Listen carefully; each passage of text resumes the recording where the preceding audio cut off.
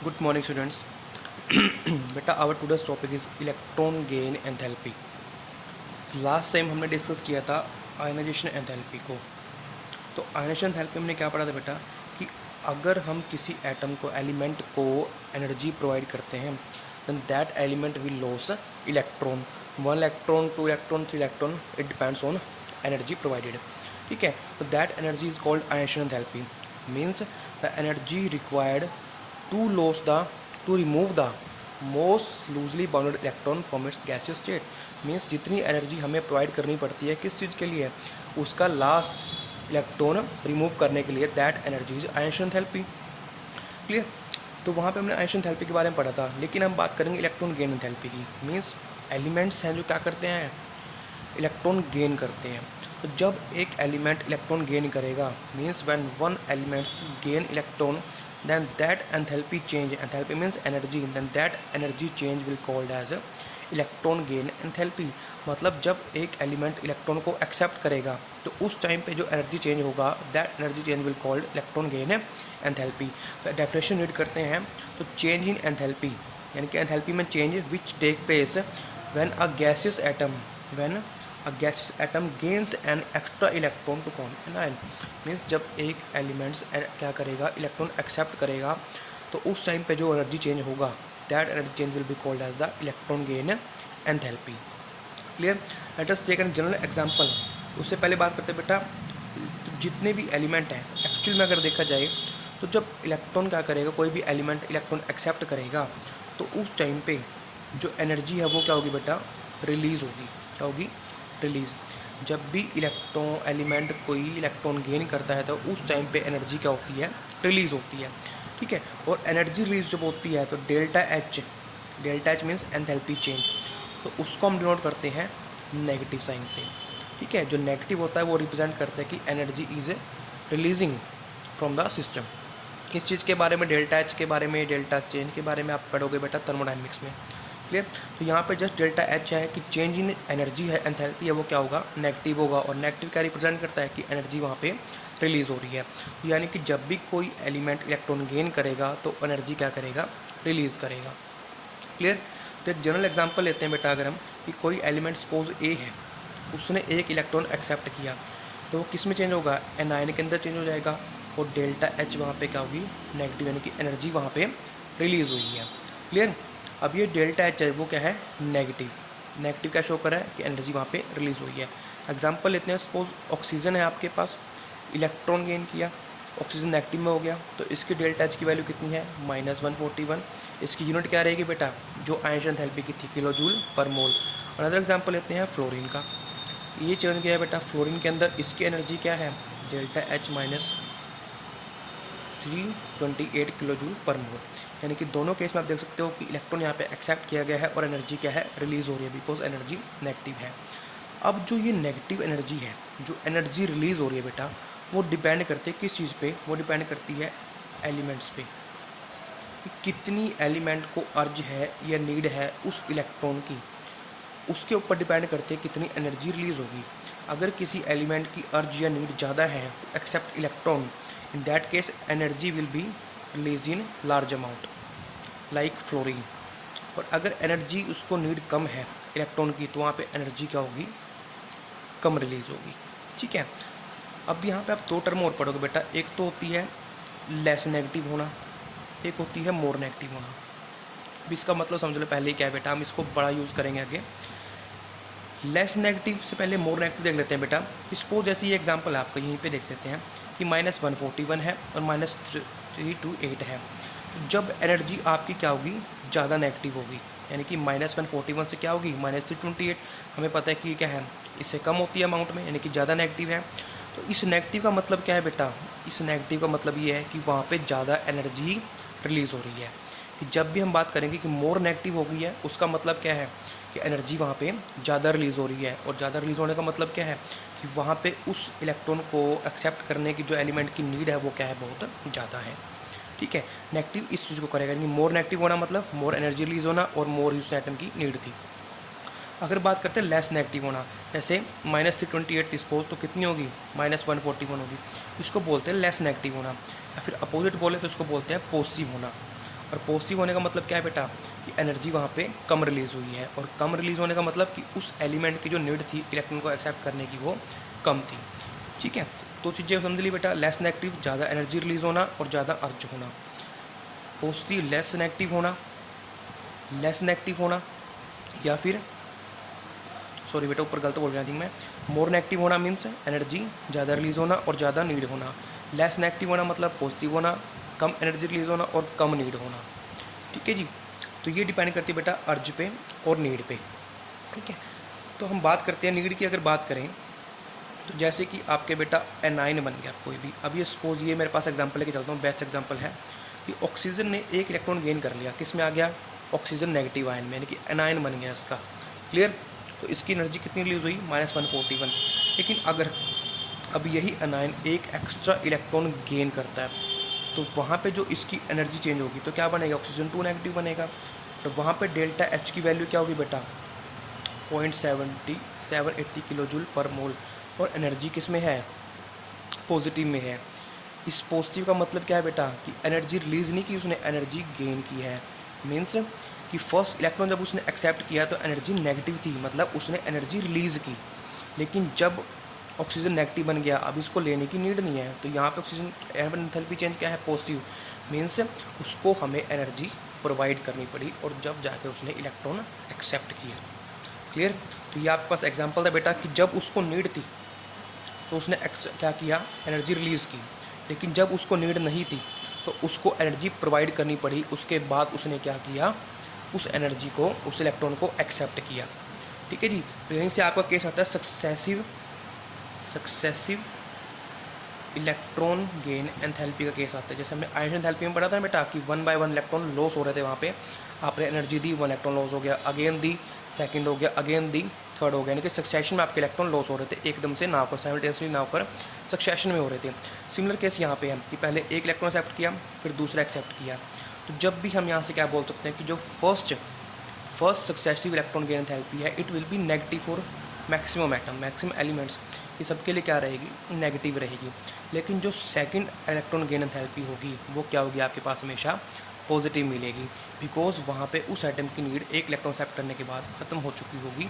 ठीक है, इलेक्ट्रॉन वो एक्सेप्ट कर सकता है, but in that case we have to provide the extra energy, अब हमें उसे एनर्जी प्रोवाइड करनी पड़ेगी। क्लियर, ऐसे ही केस यानी कि जो अब यहाँ से दो केस मैं डिस्कस करूँगा आपके साथ। तो फर्स्ट केस तो यहीं से निकलता है, तो सक्सेसिव इलेक्ट्रॉन के अंतर पे आपको केस समझ में आया होगा बेटा कि जब सेकंड इलेक्ट्रॉन सक्सेसिव इलेक्ट्रॉन उसने एक्सेप्ट किया तो उस केस में क्या बोल देंगे, successive electron gain enthalpy term वहाँ पे यूज़ कर देते हैं। ठीक है, और जो फर्स्ट इलेक्ट्रॉन गेन एंथैल्पी है वो आपकी हमेशा नेगेटिव रहेगी, और जो second successive electron gain enthalpy है वो क्या रहेगी, हमेशा पॉजिटिव रहेगी। ठीक है, और क्यों रही बेटा, क्योंकि यहाँ पे ये एनायन बन चुका था। एग्जाम्पल सेकंड लेता हूँ मैं, पहले चलो इसका एग्जाम्पल लेते हैं बेटा। सल्फर ने इलेक्ट्रॉन एक्सेप्ट किया बेटा, किस में गया, सल्फर नेगेटिव में। कितनी एनर्जी है, डेल्टा एच की वैल्यू -200 है, कितनी है, -200। अब इसने सेकंड इलेक्ट्रॉन एक्सेप्ट किया तो किस में चला गया, सल्फर 2 नेगेटिव में। यहाँ पे डेल्टा एच की वैल्यू क्या होगी बेटा, 590। कितनी होगी, 590। देख सकते हो बेटा यहाँ पे नेगेटिव थी, एनर्जी रिलीज हुई, यहाँ पे पॉजिटिव है। इसका मतलब क्या है कि एनर्जी हमें प्रोवाइड करनी पड़ी। ठीक है, यानी कि जो फर्स्ट आयन एंथैल्पी है वो क्या रहेगी, एलिमेंट की नेगेटिव रहेगी, और सेकंड क्या रहेगी, पॉजिटिव रहेगी।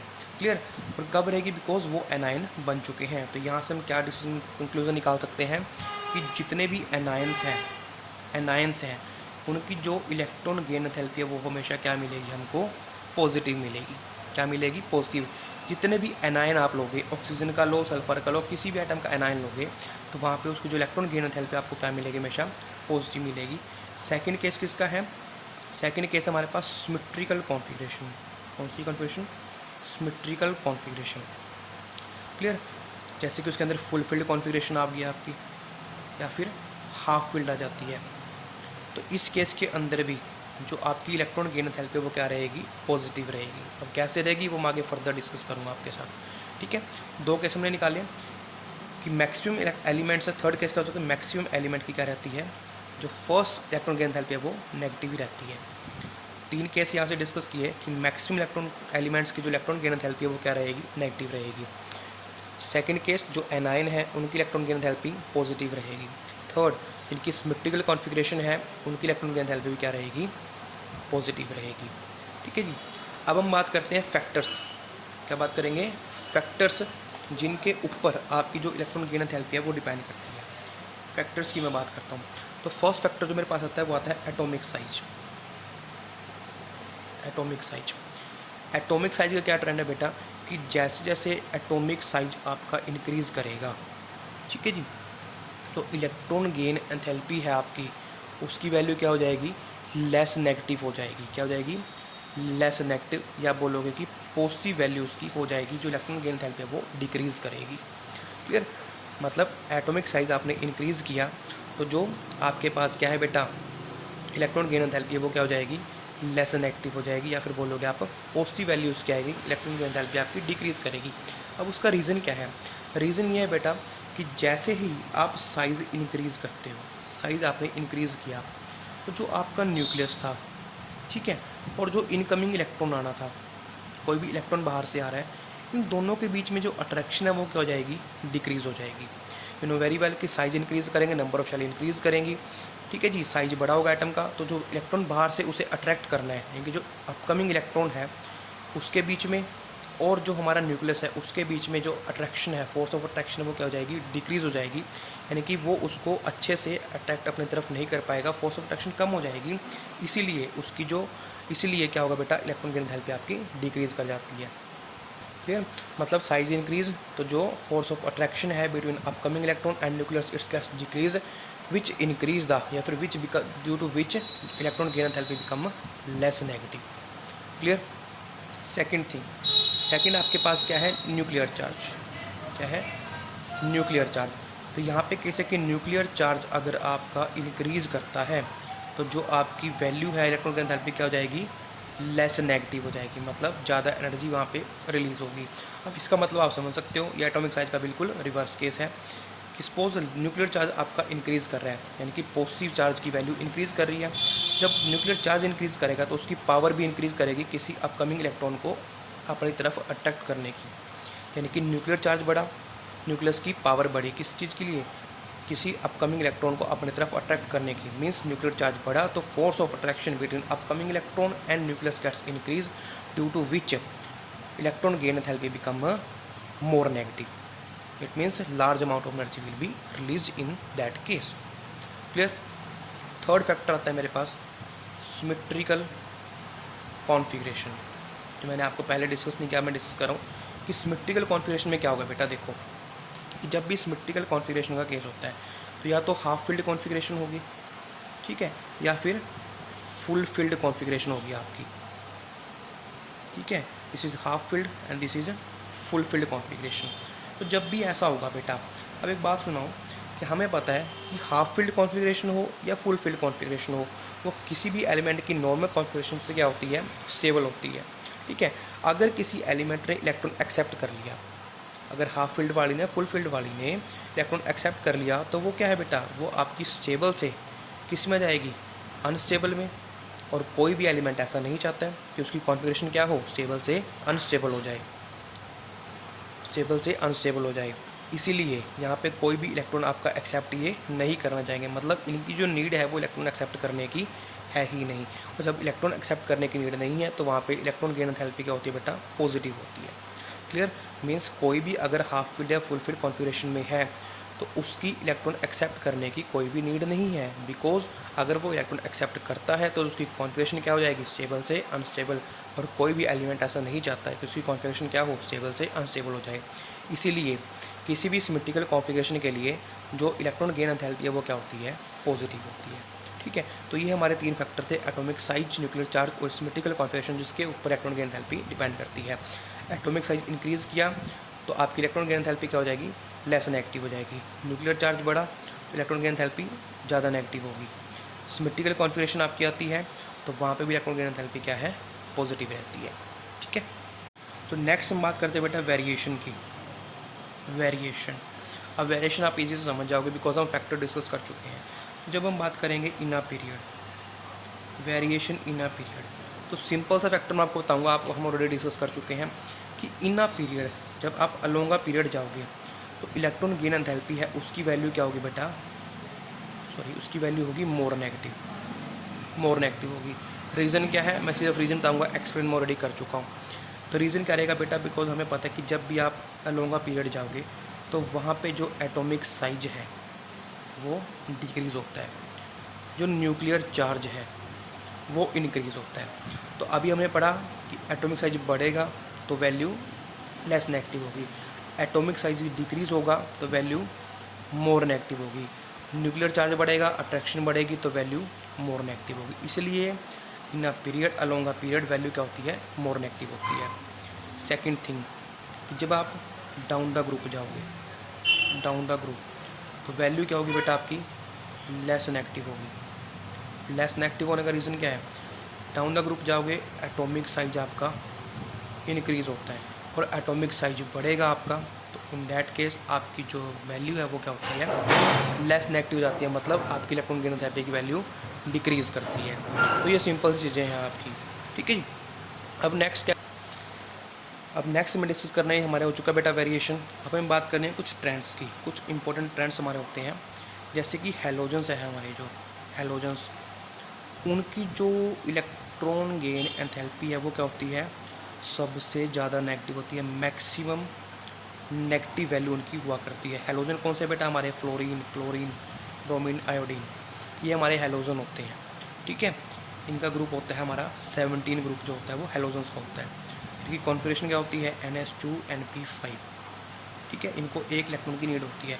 तो हेलोजन जितने भी हैं उनकी जो इलेक्ट्रॉन गेन एंथैल्पी की वैल्यू है उनके पीरियड में, अलोंग पीरियड आप जाओगे तो उनके पीरियड में जो सबसे ज़्यादा वैल्यू है वो किसकी होती है, इलेक्ट्रॉन गेन एंथैल्पी की, हेलोजन्स की होती है। अब इसका रीज़न क्या है, इसका रीज़न बड़ा सिंपल था बेटा, ये होती है इनकी कॉन्फ़िगरेशन NH2NP5, ठीक है। और इन्हें स्टेबल होने के लिए क्या चाहिए, सिर्फ एक इलेक्ट्रॉन की नीड होती है, तो क्या बन जाएगी कॉन्फ़िगरेशन NH2NP6, मतलब ये नोबल गैस की कॉन्फ़िगरेशन में आ जाएंगे, ठीक है। यानी कि इनकी जो नीड है इलेक्ट्रॉन एक्सेप्ट करने की वो क्या है, वो सब एलिमेंट से ज़्यादा है इन रिस्पेक्टिव पीरियड। अगर उनके पीरियड की बात करते हैं तो सबसे ज़्यादा क्या है, उनकी अर्ज है, नीड है इलेक्ट्रॉन एक्सेप्ट करने की। तो मैंने आपको बताया कि जिसकी जितनी ज़्यादा नीड होगी उतनी ज़्यादा क्या होगी, इलेक्ट्रॉन गेन एंथैल्पी होगी। तो इनकी जो नीड है बेटा, ये कॉन्फ़िगरेशन है, एक इलेक्ट्रॉन इनको चाहिए जिससे क्या आ जाएंगे, स्टेबल कॉन्फ़िगरेशन में आ जाएंगे। मीन्स जो इनकी नीड है इलेक्ट्रॉन एक्सेप्ट की वो क्या है, बहुत ज़्यादा है। इसीलिए हेलोजन्स की जो वैल्यू है इलेक्ट्रॉन गेन एंथैल्पी की वो क्या होती है, सबसे नेगेटिव होती है अलोंग रिस्पेक्टिव पीरियड। जिस पीरियड में वो प्रेजेंट है उस पूरे पीरियड में उनकी जो इलेक्ट्रॉन गेन एंथैल्पी की वैल्यू वो क्या रहेगी, सबसे ज़्यादा रहेगी। क्लियर। अब हम बात करते हैं इसी ग्रुप के अंदर, ये तो होगी सबसे बड़ी बात, हमने डिस्कस कर ली कि रिस्पेक्टिव पीरियड में सबसे ज़्यादा क्या होती है, हेलोजन की इनएक्टिव वैल्यू होती है इलेक्ट्रॉन गेन एंथैल्पी की, रीज़न मैंने आपको बता दिया। अब सेकंड, अगर हम इसी पीरियड में बात करते हैं, फ्लोरीन से क्लोरीन, ब्रोमीन, आयोडीन जाते हैं, तो उस केस में क्या होगा बेटा, उस केस में क्या होता है, हम क्या एक आती है, हम क्या मान के चलेंगे कि फ्लोरीन है, सबसे ज़्यादा क्या होनी चाहिए उसकी, हमें डाउन द ग्रुप अभी वेरिएशन पड़ी ना बेटा कि डाउन द ग्रुप वैल्यू है जो वो डिक्रीज़ करेगी, यहाँ पे भी वैल्यू क्या करनी चाहिए, डिक्रीज़ करनी चाहिए अगर आप इस पर्टिकुलर ग्रुप में जाओगे। लेकिन क्या होता है, एक आती है एक्सेप्शन, एक्सेप्शन मान लो, ये मान लो कि यही क्वेश्चन आपके पास आ सकता है। क्लियर। अब एक्सेप्शन क्या है, यहाँ पे एक्सेप्शन है कि जो फ्लोरीन है, फ्लोरीन उसकी जो इलेक्ट्रॉन गेन एंथैल्पी की वैल्यू है वो क्या है, कम है, किससे कम है, क्लोरीन से, समझे। यानी कि इसकी वैल्यू क्या है, यहाँ पे कम है। अगर फ्लोरीन की बात करूँ तो -328 है और इसकी -349 है, मतलब जो एनर्जी रिलीज़ होनी है वो क्या है, फ्लोरीन के केस में कम होती है, क्लोरीन के केस में क्या होती है, ज़्यादा होती है। और जबकि होना क्या चाहिए बेटा कि डाउन द ग्रुप एनर्जी आपकी डिक्रीज़ करती है, तो यहाँ पे डिक्रीज़ करनी चाहिए, लेकिन केस क्या है, रिवर्स है, फ्लोरीन की कम है, क्लोरीन की एनर्जी ज़्यादा है। अब उसका रीज़न क्या है बेटा, ट्रेंड के उल्टा हो गया ना, कि यहाँ पे ग्रुप की बात करें तो down the group energy decrease करती है, लेकिन यहाँ पे क्या हो गया, एनर्जी आपके देखो इंक्रीज़ कर रही है। अब उसका रीज़न क्या है, उसका रीज़न क्या है बेटा, उसका रीज़न है small size of fluorine atom. क्या है, small size of fluorine atom, कि जो फ्लोरीन का एटॉमिक साइज है वो स्मॉल होता है, ठीक है। और उसके पास इलेक्ट्रॉन कितने होते हैं, 9 इलेक्ट्रॉन। अब ये सपोज साइज है, ये आपका न्यूक्लियस है और ये आपका सपोज इतना साइज है फ्लोरीन एटम का, ठीक है। अब ये तो मैं हाइपोथेटिकली लेके चल रहा हूँ, छोड़ो इसको, मैं लूँगा नहीं, आप कन्फ्यूज हो जाओगे कि हमने क्या लिया, एक एटॉमिक साइज है जो उसका छोटा सा है, ठीक है, सपोज ये है, ठीक है। अब इतना ही क्या रहेगा, इतने एरिया में ही उस इलेक्ट्रॉन को आना पड़ेगा, ये क्या है, इसका इलेक्ट्रॉन क्लाउड, मतलब जहाँ पे सारे इलेक्ट्रॉन प्रेजेंट है उसको क्या बोल देंगे, इलेक्ट्रॉन क्लाउड बोल देंगे। तो उसका इलेक्ट्रॉन क्लाउड भी क्या रहेगा बेटा, स्मॉल साइज का रहेगा, बिकॉज जब एटम का साइज स्मॉल है तो इलेक्ट्रॉन क्लाउड भी क्या होगा वहाँ पे, स्मॉल होगा। या हम यूँ बोल सकते हैं कि साइज छोटा है तो जो आपके इलेक्ट्रॉन हैं वो क्या रहेंगे, कम एरिया में रहेंगे, स्मॉल स्पेस वो एक्वायर करेंगे, यानी कि स्मॉल स्पेस एक्वायर करेंगे कौन, जो इलेक्ट्रॉन का क्राउड है। ये बोल सकते हैं हम कि फ्लोरीन का साइज क्या है बेटा, स्मॉल है, 9 इलेक्ट्रॉन है उसके पास, तो साइज छोटा होने की वजह से जो उसका इलेक्ट्रॉन क्राउड है, ये 9 इलेक्ट्रॉन का जो क्राउड है वो क्या करेगा, एक स्मॉल स्पेस एक्वायर करेगा अराउंड द न्यूक्लियस। ठीक है, अब कोई इलेक्ट्रॉन बाहर से आएगा तो उसके बीच में और इस क्राउड के बीच में क्या रहेगी, फोर्स और रिपल्शन ज़्यादा रहेगी। या यूँ कहें कि जो इनर क्राउड भी है, इनर इलेक्ट्रॉन भी है, उनके बीच में भी क्या रहेगी, रिपल्शन रहेगी, जिस वजह से जो बाहर से कोई एक्स्ट्रा इलेक्ट्रॉन आ रहा है तो उसके आने की जो नीड है वो क्या हो जाएगी, कम हो जाएगी, यानी कि उसका अंदर आना क्या हो जाएगा, वहाँ पे मुश्किल हो जाएगा, उतनी आसानी से वो इलेक्ट्रॉन एंटर नहीं कर पाएगा। ठीक है, तो इस वजह से जो इसकी वैल्यू है वो क्या हो जाती है, कम हो जाती है। लेकिन अगर क्लोरीन की बात करें तो क्लोरीन के केस में क्या है, साइज बेटा बहुत ज़्यादा इंक्रीज़ कर जाता है, और जो उसका इलेक्ट्रॉन क्राउड है 17 इलेक्ट्रॉन रहेंगे, लेकिन साइज़ क्या हो गया, बहुत ज़्यादा बड़ा हो जाता है उसका एज़ कम्पेयर टू फ्लोरीन, और उसका इलेक्ट्रॉन क्राउड है वो ज़्यादा स्पेस एक्वायर करेगा, जिस वजह से क्या हो जाएगी, रिपल्शन आपकी कम हो जाएगी और एक्स्ट्रा इलेक्ट्रॉन आसानी से विद वेरी ईज वो एंटर कर सकेगा, और जिसलिए उसकी जो वैल्यू है इलेक्ट्रॉन की एंथैल्पी की वो क्या हो जाएगी, ज़्यादा हो जाएगी। इसका आंसर आपको क्या लिखना है बेटा, कि because due to small size of fluorine atom, इसका फ्लोरीन का स्मॉल साइज है इसलिए, और 9 इलेक्ट्रॉन उसके पास हैं, तो वो क्या करेंगे, एक स्मॉल स्पेस एक्वायर करेंगे, जो उसका इलेक्ट्रॉन क्राउड है वो स्मॉल स्पेस एक्वायर करेगा अराउंड द न्यूक्लियस, जिस वजह से इलेक्ट्रॉन रिपल्शन क्या होगी, ज़्यादा होगी, और एक्स्ट्रा इलेक्ट्रॉन की जो एंट्री है वो क्या होगी बेटा, इतनी आसानी से नहीं हो पाएगी। लेकिन in case of chlorine size आपका इंक्रीज़ होता है, इलेक्ट्रॉन क्राउड है जो आपका वो ज़्यादा स्पेस एक्वायर करेगा, इसलिए बड़ी आसानी से एक्स्ट्रा इलेक्ट्रॉन वहाँ पे एंटर कर सकता है, और इसलिए उसकी एंथैल्पी भी क्या है, एंथैल्पी क्या होगी उसकी, ज़्यादा हो जाएगी, इलेक्ट्रॉन की एंथैल्पी की वैल्यू उसकी इंक्रीज़ करती है। नेक्स्ट केस जो आता है बेटा मेरे पास आता है नोबल गैस कॉन्फिगरेशन का। नोबल गैस, अब नोबल गैस के केस में कह सकते हो बेटा कि नोबल गैस जितनी भी हैं उनकी जो वैल्यू है वो क्या होती है, इलेक्ट्रॉन की एंथैल्पी की पॉजिटिव हुआ करती है। अब पॉजिटिव होने का रीज़न क्या है बेटा, सिंपल सी बात है, फुल फील्ड कॉन्फिगरेशन। ठीक है, तो वहाँ पे क्या होती है कॉन्फिगरेशन की बेटा, फुल फील्ड कॉन्फिगरेशन उनकी हुआ करती है, मतलब ये गैस ऑलरेडी क्या है, स्टेबल। तो जब स्टेबल है तो इलेक्ट्रॉन क्यों एक्सेप्ट करेंगे बेटा, अगर इलेक्ट्रॉन एक्सेप्ट किया तो वहाँ पे क्या हो जाएगा, अनस्टेबल हो जाएंगी, तो इसलिए इनको जब इलेक्ट्रॉन एक्सेप्ट करने की नीड ही नहीं है, और जब नीड ना हो तो वहाँ पे वैल्यू क्या होती है बेटा, डेल्टा एच की हमेशा पॉजिटिव हुआ करती है। Clear, because noble gas have symmetrical configuration, fulfilled orbital इसके हैं, तो it have no need to gain up extra electron. तो इन दैट केस अगर वो इलेक्ट्रॉन एक्सेप्ट करती हैं तो उस केस में जो उनकी वैल्यू है वो क्या जाएगी, सॉरी जो कॉन्फिगरेशन है वो अनस्टेबल हो जाएगी। ठीक है, तो इसलिए इलेक्ट्रॉन एक्सेप्ट नहीं करती हैं, और इसलिए इनकी वैल्यू क्या होती है, इलेक्ट्रॉन की एंथैल्पी की पॉजिटिव हुआ करती है। और डाउन द ग्रुप अगर आप जाओगे तो वैल्यू क्या करेगी, इनकी डिक्रीज़ करती है। क्लियर, सिमिलर केस है आपका बेरिलियम का और मैग्नीशियम का, वो भी क्या है, सेकंड ग्रुप में आती हैं, अल्कलीन अर्थ मेटल्स होती हैं ये। क्लियर, इनकी बेरिलियम और मैग्नीशियम की वैल्यू भी क्या है बेटा, पॉजिटिव इलेक्ट्रॉन की एंथैल्पी हुआ करती है, बिकॉज इनके भी क्या है, फुल फिल्ड ऑर्बिटल की कॉन्फिगरेशन क्या है, इनकी फुलफिल्ड कॉन्फिगरेशन है। क्लियर, नाइट्रोजन है आपका, नाइट्रोजन उसकी क्या है, हाफ फिल्ड कॉन्फिगरेशन है, ये मैं पहले डिस्कस कर चुका बेटा, हाफ फिल्ड वाले फुल फिल्ड वाले इनकी वैल्यू क्या रहेगी, पॉजिटिव रहेगी। अब मैं सिर्फ आपको एग्जांपल दे रहा हूँ, नाइट्रोजन की भी क्या रहती है, पॉजिटिव रहती है। क्लियर, तो ये था बेटा आपके पास इलेक्ट्रॉन की एंथैल्पी का टॉपिक। तो यहाँ से आप क्या बोल सकते हो बेटा, अब मैं डिस्कस कर चुका हूँ कि सिग्निफिकेंस अगर कोई पूछे इसकी तो क्या है, सिग्निफिकेंस बेटा इसकी ये है, अगर सिग्निफिकेंस की बात करें तो मैं डिस्कस कर चुका हूँ कि अगर वैल्यू क्या है, नेगेटिव है, अगर वैल्यू नेगेटिव है तो इसका मतलब क्या है कि वो एलिमेंट उतना ज़्यादा कैपेबल है, एलिमेंट क्या है, कैपेबल है, किस चीज़ के लिए कैपेबल है, इलेक्ट्रॉन एक्सेप्टिंग के लिए। और जितनी ज़्यादा नेगेटिव वैल्यू उतनी ज़्यादा क्या रहेगी, उसकी कैपेबिलिटी रहेगी किसी भी इलेक्ट्रॉन को एक्सेप्ट करने की। क्लियर, दूसरी बात, अगर जिसकी नेगेटिव इलेक्ट्रॉन गेन एंथैल्पी है तो वो क्या करेगा, स्ट्रॉन्ग ऑक्सीडाइजिंग एजेंट का काम करेगा। ऑक्सीडाइजिंग एजेंट क्या होता है बेटा, वही होते हैं जो इलेक्ट्रॉन एक्सेप्ट किया करते हैं। तो एक ही बात है यहाँ पे, दो वैल्यू, आप कि उसकी उतनी ज़्यादा कैपेबिलिटी रहेगी एक्सेप्टिंग इलेक्ट्रॉन की, या फिर कि वो उतना ज़्यादा क्या होगा, स्ट्रॉन्ग ऑक्सीडाइजिंग एजेंट होगा। क्लियर। तो नेक्स्ट हमारा जो टॉपिक है बेटा वो है, छोटा सा टॉपिक है, इलेक्ट्रो नेगेटिविटी। तो नेक्स्ट टॉपिक बेटा हमारा है इलेक्ट्रोनेगेटिविटी। इसकी डेफिनेशन पढ़ा देते हैं पहले।